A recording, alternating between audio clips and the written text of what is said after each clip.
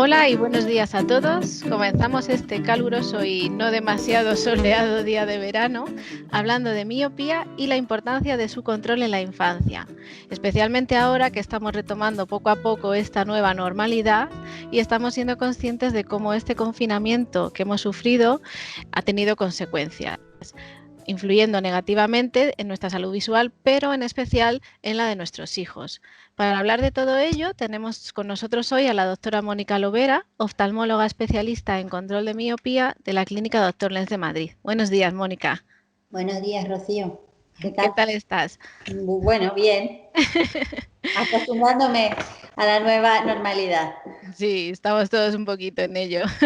Pues muchas gracias por participar con nosotros en estos podcasts. Mónica, quería empezar esta entrevista pues hablando un poco pues, de salud visual, sobre lo que hemos comentado, porque muchos padres, yo misma, nos preocupa más en estos momentos la salud visual de nuestros hijos. Pues como comentábamos, hemos sufrido un confinamiento especialmente duro para ellos, para los niños, y nos preocupa cómo ha podido afectar esto a su salud visual, en concreto en relación a la miopía. Ujú.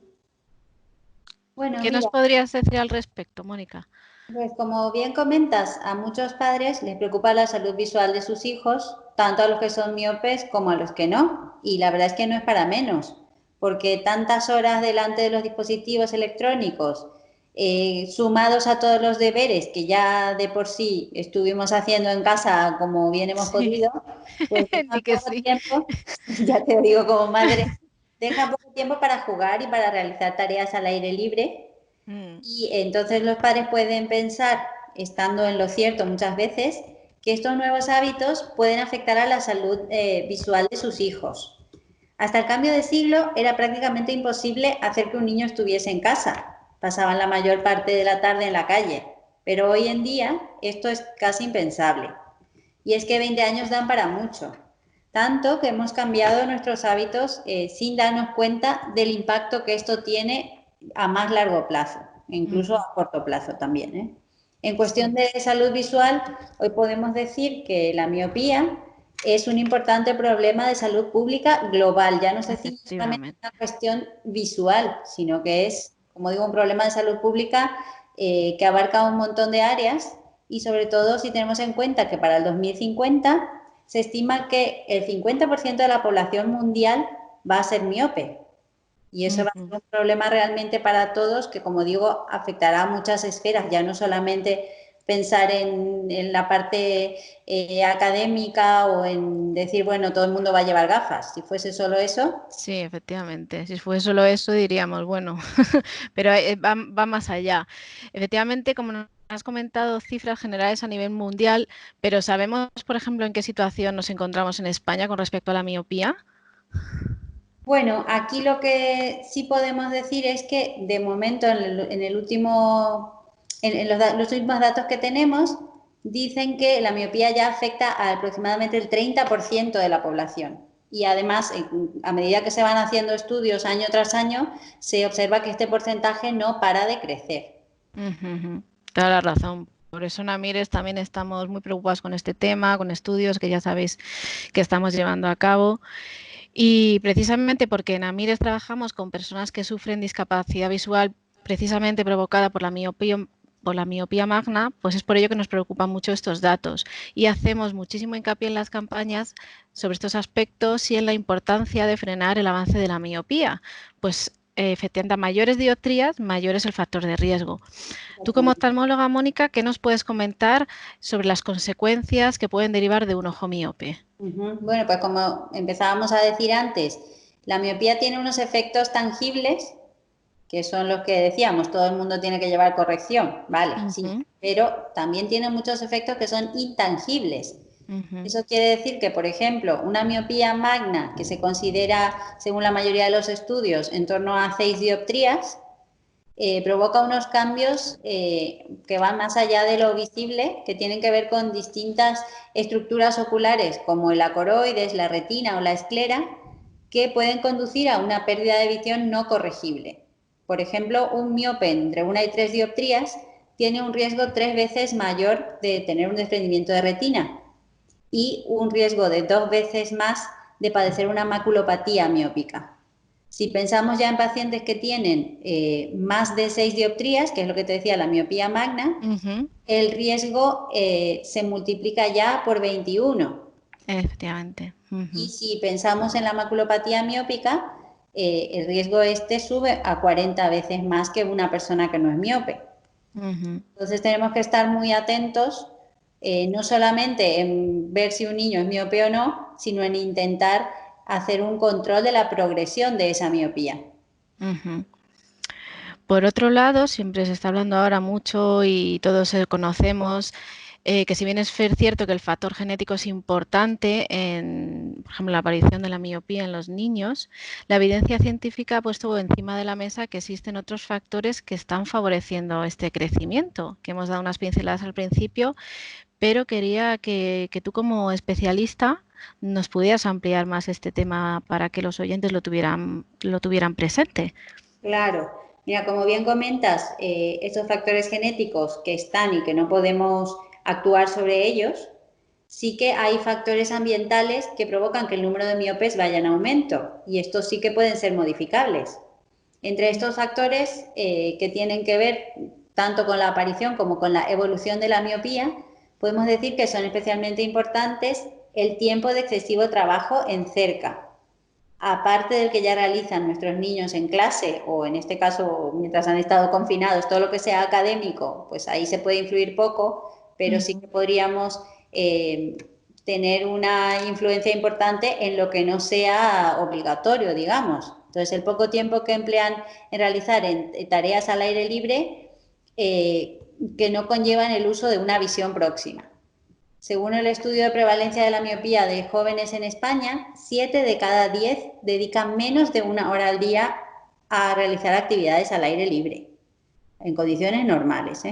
La exposición a la luz solar también tenemos que tener en cuenta que es determinante para prevenir y retener la miopía, tanto en niños como en adolescentes, porque se ha visto que estimula la producción de un neurotransmisor que es la dopamina, que lo que hace es actuar a nivel de como digo, de los receptores para evitar el alargamiento del globo ocular durante el desarrollo. Entonces, un ojo que no crece tanto es un ojo que va a ser menos miope. Luego, también estamos hablando mucho del uso abusivo que se hace hoy en día o que los padres igual no somos muy conscientes de la peligrosidad o el factor de riesgo también que conlleva el uso abusivo de los dispositivos electrónicos. Claro, de las tablets o de los móviles, que es verdad, muchas veces hasta yo te digo sinceramente que tiramos de ello, porque al final los niños a edades cada vez más tempranas lo están demandando y es un recurso que tenemos a mano y que muchas veces lo usamos de una manera descontrolada, demasiadas horas al día y como digo, a edades cada vez más tempranas. Sí, efectivamente, porque, por ejemplo, ¿hasta qué edad no se recomendaría que un niño utilizara ni un móvil ni una tablet por su evolución del ojo? O sea, sería interesante que un niño menor de 4 años no lo utilizase o menor de 2 o... A ver, sinceramente sería ideal que un niño menor de 4 años no tenga ningún contacto con un móvil o con una tablet, sobre todo porque al final eso engancha, ¿no?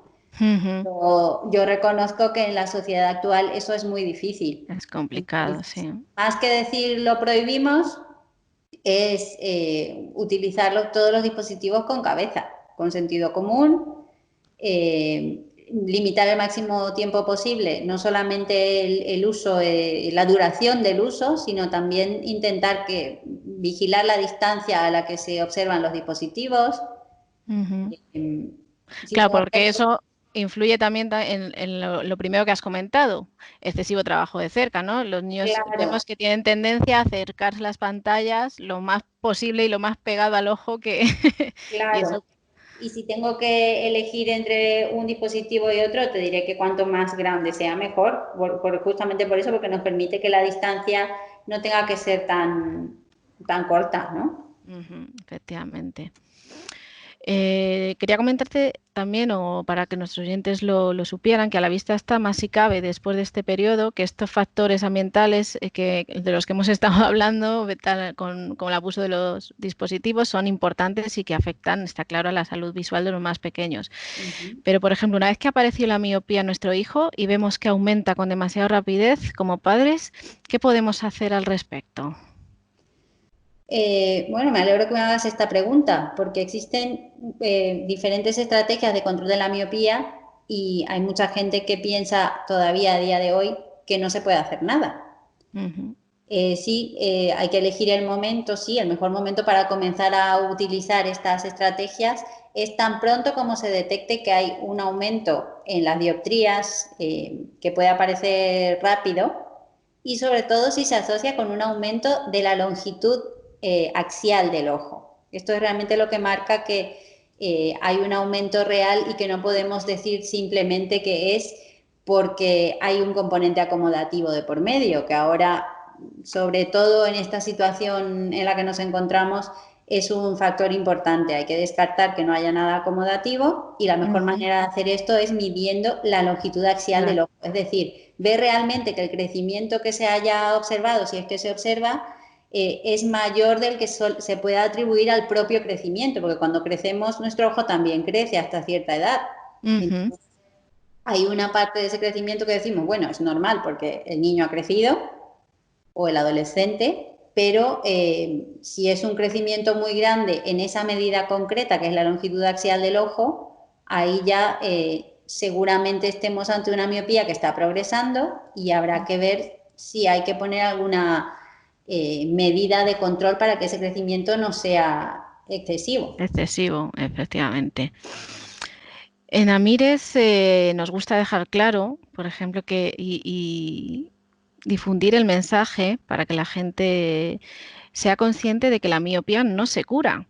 Uh Una vez -huh. que ha aparecido, solo se puede corregir el error refractivo asociado, es decir, pues Claro. con gafas, con lentillas, con cirugía, pero actualmente, como bien dices, también podemos intentar ralentizar ese crecimiento en los niños. Uh -huh. ¿Cuáles son esas estrategias o métodos que nos permiten controlar la miopía? Bueno, en primer lugar, voy a repetir lo que has dicho. Un ojo miope, por más que esté operado, por ejemplo, o que tenga sus lentes de contacto puestas o lo que fuera, aunque vea bien, sigue siendo un ojo miope, porque el alargamiento que se ha producido y que pudo haber provocado cambios, por ejemplo, en la retina, eso es irreversible. Ujú. No hay nada que nos devuelva el ojo previo a la miopía. Entonces, bueno, sí que hay diferentes alternativas de tratamiento, como decíamos, por ejemplo, está la ortoqueratología, la atropina a bajas concentraciones, también hay unas lentes blandas multifocales y siempre recomendar que las actividades al aire libre de las que hablábamos antes ocupen más tiempo del que ya están ocupando en la vida de cada uno de nosotros, pero sobre todo de los niños a los que queremos controlarles la miopía. Las Claro, estrategias, perdón, nada, nada, sigue, Mónica, perdón. no, te decía que la estrategia seleccionada en realidad tenemos esas opciones, pero siempre la selección del paciente es muy importante para decidir qué estrategia vamos a aplicar en cada uno. Y también cuando hablo de selección del paciente me refiero sobre todo a la madurez que pueda tener el niño y también al compromiso por parte de los padres de realizar un buen control de todo lo que de todo el tratamiento que vamos a hacer. Tiene que ser conjunto. Sí, eso es fundamental, ujú, efectivamente. Nosotros también solemos recibir muchas consultas de padres preocupados al respecto de la seguridad, un poco lo que dices que el control parental es fundamental. Entonces están preocupados sobre todo la seguridad y la eficacia de la utilización de estos métodos. Así también que como nos preguntan que cuál sería la edad más recomendable y si el control de la miopía se puede aplicar a cualquier graduación. Es decir, ¿qué requisitos se tendrían que cumplir para poder aplicar control de miopía? Tú como oftalmólogo, ¿qué podrías comentarnos al respecto? Bueno, todos los estudios coinciden en que la edad óptima para poder beneficiarse de los diferentes tratamientos en control de miopía está entre los 6 y los 9 años. Pero la verdad es que una edad concreta me cuesta decir porque esta decisión está más ligada a la madurez individual de cada niño Y, Ujú. como te decía antes, al compromiso que tenemos que ver que realmente tengan los padres valga la redundancia, de comprometerse a hacer un tratamiento, porque además tenemos que pensar que es una carrera de fondo. Efectivamente. Ujú. Que esto no es Entonces, una cosa de hoy para mañana, que tiene que tener exactamente. una trayectoria, unas horas concretas de utilización, entiendo. Exacto. La evidencia científica que hay sobre los tratamientos es abundante, tanto sobre la ortoca como la atropina a bajas dosis y más recientemente las lentes blandas de control de miopía. Esta evidencia científica garantiza que los métodos son eficaces y que son seguros para su uso en niños. Pero vuelvo a lo mismo, el conocimiento de cada paciente, tanto en su contexto clínico como en su contexto, digamos, social y familiar, y sus características individuales son las que van a determinar cuál es el mejor método para cada uno de esos pacientes. No tanto unas dioptrías o una... sí es verdad que hay limitaciones en cuanto a dioptrías. Una miopía muy, muy magna que ya está por encima de 10 dioptrías, pues poco puedes hacer con algunos tratamientos, pero se pueden Ujú. hacer correcciones parciales eh, y se puede intentar, por un lado, hacer el control de que no progrese y ayudarse con otro tipo de soluciones, perdón, soluciones ópticas para obtener buena visión. Ujú. Pues sí, importante es el tema individualizado, no hay que generalizar dependiendo del caso, entiendo. Exacto. Ujú. Por ejemplo, vosotros en Doctor Lens sois especialistas en control de miopía con la técnica de la ortoqueratología. ¿Qué es Uh-huh. la diferencia está entre de los otros métodos? ¿Se pueden combinar, por ejemplo, con atropina? ¿Cuándo es recomendable esta opción?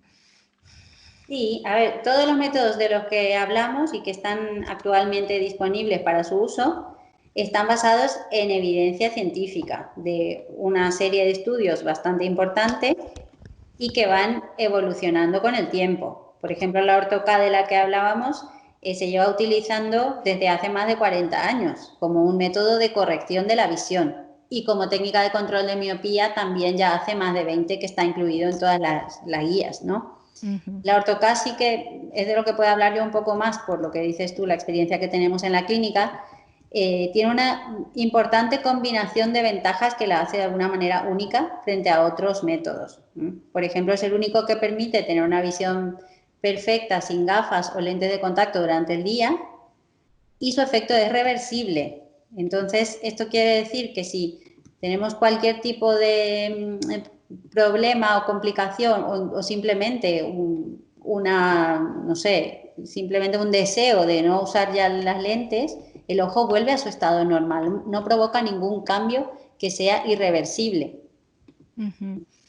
Y El cambio de estado normal, nos referimos a la córnea, ¿no? O sea, claro, sí, sí, bueno, y además a ninguna parte del ojo, porque lo que hace la ortoca es un tratamiento que solamente altera la superficie. ujú, Sí podemos decir que influye sobre el crecimiento del globo ocular, igual que los otros métodos que habíamos visto, pero no altera realmente la superficie, sino que durante el tiempo de su uso está haciendo que la progresión sea menor, por eso el ojo crecerá menos. ujú. También Ya.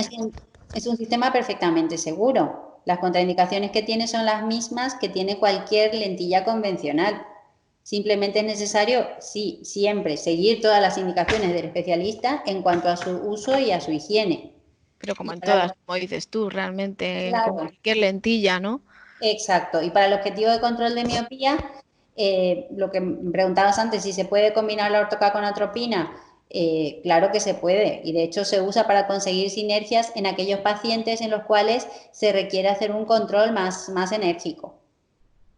Entonces, podríamos resumir que tiene una combinación única de ventajas, que es la buena visión que ofrece durante todo el día, la libertad de hacer todo tipo de actividades, por ejemplo, los deportes, natación o lo que sea, deportes acuáticos, por ejemplo, sin necesidad de llevar gafas ni lentes de contacto durante el día. Y otra cosa también importante, que las lentes, como se usan por la noche, siempre están en un entorno controlado, con los padres o los tutores encargados ahí al lado. Entonces, Ujú, se supone que el manejo también va a ser más cuidadoso. ujú. Y en referencia a la seguridad, que es un aspecto que siempre también provoca más alarma entre los médicos, lo que decimos, se debe llevar un control no solamente de la evolución de la miopía, sino también de la integridad de la superficie ocular y de la rutina en el manejo de cualquier tratamiento que sea propuesto, o sea, no solamente de las lentes de Ortho-K. Cuando hablas de rutina, ¿exactamente a qué te refieres? A ver, por ejemplo, si pensamos en lentes de contacto, sean del tipo que sean, hay que tener en cuenta siempre la higiene, que se usen de la forma correcta, es decir, si hay cualquier otro problema que pueda sobrevenir que no esté relacionado con las lentes, pero que de alguna manera afecte a los ojos, se debe suspender el tratamiento hasta que lo vea el especialista. Higiene de manos, importante siempre, pero con más razón en los tiempos que corren. Y además, otra cosa importante que es que los niños tienden a minimizar los problemas. Entonces, el control parental cobra más importancia todavía si cabe en esto. Efectivamente, a veces los niños son más duros y más fuertes que nosotros, así que somos Exacto. nosotros como padres los responsables de estar ahí pendientes siempre de ellos. Exactamente. Pues muchas gracias, Mónica, por compartir con nosotros este ratito hablando sobre miopía y sobre todo colaborando con la labor de información y sensibilización que realizamos en Amires. Siempre en todos nuestros mensajes ponemos encima de la mesa la importancia que hay que darle a la miopía, en especial si existe una evolución rápida en la infancia. Pues como decimos siempre, la miopía que aparece en estos años es la más susceptible de progresar a una miopía magna. Ya sabéis que es aquella que tiene más de 6 dioptrías. Y esto es lo que multiplica el factor de riesgo de desarrollar graves patologías oculares en la edad adulta.